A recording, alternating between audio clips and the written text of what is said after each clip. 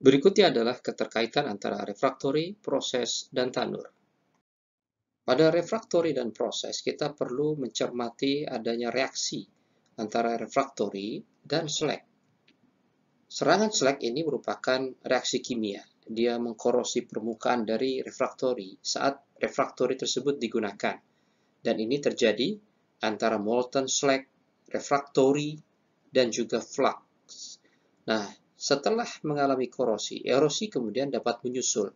Sehingga ini menjadi kombinasi serangan terhadap refraktori, korosi, dan juga erosi. Kita tahu pada dasarnya molten slag itu pun dia bergoncang, ya, dia bergerak, sehingga selain memberikan korosi pada refraktori, dia juga bisa menyebabkan adanya erosi. Nah, contoh erosi adalah tersapunya butiran refraktori setelah ikatan butiran sebelumnya terlarut oleh flux agent. Kita tahu bahwa pada dasarnya refraktori itu dibuat dari kumpulan partikel-partikel padat yang kemudian diberikan binder. Nah, binder ini yang kita sebut sebagai ikatan antar butiran. Dan binder ini tentu adalah bagian yang lemah dari refraktori tersebut. Dan dia mudah sekali untuk larut akibat adanya flux agent, ya. Cara yang paling baik, ya, atau paling mudah untuk memilih refraktori adalah melihat sifat kimiawi dari flux agent yang digunakan, ya, pada tandur tersebut. Ya, flux agent, ya, umumnya merupakan alkalin dan tentu saja bersifat basa. Dan kebanyakan terak pada proses metalurgi umumnya dan oksida logam itu adalah basa. Umumnya seperti itu. Tetapi apabila kita melihat flux yang mengandung silika, tentu saja ia bersifat asam. Ini contoh, perhatikan gambar ini adalah slag basa dari blast furnace. Kita bisa melihat cirinya, ya. Warna daripada slag basa ini sangat khas sekali, ya, tampil seperti seakan-akan wujud dari batu kapur yang nampak matte, ya, matte. Ini berbeda dengan slag asam, ya, slag asam yang mengandung banyak silika. Dia tampil lebih mengkilap dan tampak seperti kaca. Oleh karenanya, pemilihan refraktori itu perlu dihubungkan dengan basisitas dari terak itu. Ya, basisitas dari proses yang ada pada tanur tersebut, dari flux agent-nya. Tentu terutama adalah akhirnya pada teraknya. Jadi, basisitas terak itu yang kita nilai. Nah, tentu saja ada beberapa formula berhubungan dengan basisitas, ya, dengan kandungan senyawanya. Sebagai contoh, misalnya, ini rumus pertama, basisitas adalah persen berat dari CaO dibagi dengan persen berat dari SiO2. Seperti itu. Nah, ini apabila basisitas dari terak yang dinilai dengan cara atau formula ini, apabila teraknya memang utamanya mengandung CaO dan SiO2. Namun apabila kita menemui adanya MgO, maka formulanya kita modifikasi menjadi persen berat CaO ditambah persen berat MgO dan dibagi dengan persen berat SiO2. Nah, kalau misalkan muncul Al2O3, maka ini pun kita masukkan. Kita lihat di sini Al2O3, meskipun bersifat netral, kita taruh di bawah bersama dengan silika. Dan apabila kemudian kita menemukan senyawa-senyawa yang lain, itu pun kita masukkan. P2O5 ini termasuk bagian terak yang asam, sehingga kita taruh bersama dengan silika.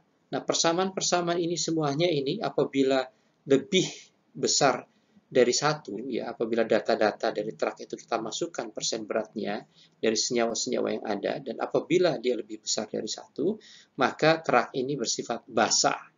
Nah, dalam hal ini kita bisa lihat contoh berikut ini. Contohnya katakanlah ini ada komposisi slag, ya, komposisi slag, ya. Ini persen dari MgO-nya, CaO-nya, SiO2-nya, Al2O3-nya, FeO-nya, dan ini ada jenis slag A dan slag B, dan ini adalah jumlah persen berat dari masing-masing slag tersebut. Katakanlah kita gunakan persamaan CaO dibagi SiO2, ini kita peroleh nilainya 2, kemudian ini 3,8. Sementara apabila kita lihat di sini Al2O3-nya ada, kita masukkan ke persamaan CaO ya, dibagi dengan CO2 ditambah Al2O3, maka ini menjadi 2 dan ini juga 2. Ya, kita tentu saja bisa modifikasi persamaan ini berikutnya dengan memasukkan MgO di sini. Dan tentu nilainya akan menjadi besar pula. Kita bisa lihat apabila untuk komposisi selek A dan selek B ini, maka baik selek A maupun selek B ini dia bersifat basa teraknya ya. Nah, dengan demikian metode pemilihan refraktori dihubungkan dengan proses yang ada pada tanur tersebut, dihubungkan pula dengan basisitas dari para terak tersebut, maka bila prosesnya suasananya asam, ya, prosesnya suasana asam, teraknya dia asam, maka kita harus menggunakan juga refraktori yang bersifat asam, ya, atau setidaknya di sini kita gunakan fire clay bricks. Ya, kita gunakan high alumina bricks, kita bisa gunakan silica bricks yang sifatnya asam, ya. Kemudian dan lain sebagainya. Lalu kemudian bagaimana apabila teraknya basah? Maka kita pun harus sama menggunakan refraktori yang sifatnya basah. Magnesia bersifat basah, krom bersifat basah, campuran dari magnesia dan krom dan lain sebagainya. Nah, ingat baik-baik, ini adalah aturan yang fundamental sekali. Apabila suasananya asam, pakailah refraktori asam. Apabila suasananya basa, maka gunakanlah refraktori basa. Selain itu, penting pula untuk dilakukan apa yang disebut sebagai slack test. Sebagai contoh ini adalah contoh pengujian slack yang bisa dilakukan di laboratorium. Kita memiliki refraktori yang kita bentuk sebagai crucible, yang kita bisa cetak dia sebagai bentuk crucible, lalu slack-nya kita masukkan. Jadi ini kita bisa memasukkan apa yang sesuai dengan proses nanti. Jadi kita bisa sesuaikan komposisinya dengan slack proses tersebut. Lalu kemudian ini juga kita bisa menggunakan metode dipping test, ya. Dipping test tentu saja ini dilakukan di dalam furnace ini, di dipping testnya, ya. Ini pun demikian.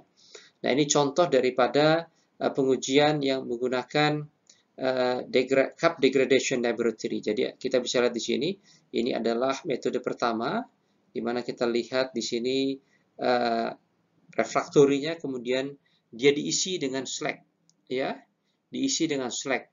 Kemudian kita uji dia, tentu saja kita potong untuk melihat kondisi bagian dalam daripada refraktori tersebut. Tentunya di sini kita akan melihat terjadinya reaksi. Ya, beberapa waktu lalu kakak kelas Anda juga melakukan research, ya, ada 2 orang yang melakukan research mengenai degradasi refraktori dengan menggunakan slag, ya. Dia melakukan pengujian, kemudian dia melakukan pengujian komposisi kimia, ya, pengujian scanning electron microscope, ya, dia nilai, dia periksa komposisi kimianya, degradasinya, perubahannya, dan juga dia mengecek juga senyawa-senyawa yang khusus yang ada, ya. Lalu kedalaman penetrasinya pun dia nilai seperti itu. Kemudian ini contoh untuk yang dipping test, kita bisa lihat di sini, ya.